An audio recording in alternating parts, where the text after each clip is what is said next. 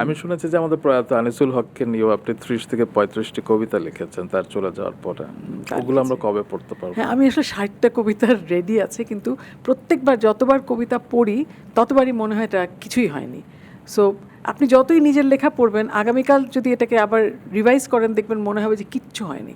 So ওইটা করতে করতে, ওই ঘষা মাজা করতে করতে এখনও বার করতে পারিনি, কিন্তু আশা করি এই বছর চেষ্টা করব বার করতে। যদি আমার অন্য দুটা বইয়ের কাজ আমি এগিয়ে নিতে পারি তাহলে হয়তো বা কবিতা, আর যদি সাহস যদি কুলায়, আসলে সাহসী হয় না আমার আসলে। অন্য দুটো বই কি?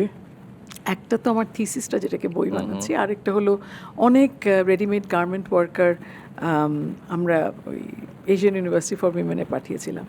তো তারা ভালো করেছে, তাদের গল্পটা আসলে কেউই বলেনি, ঠিক মতো বলা হয়নি।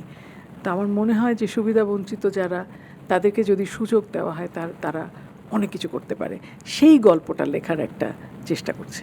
বাহ।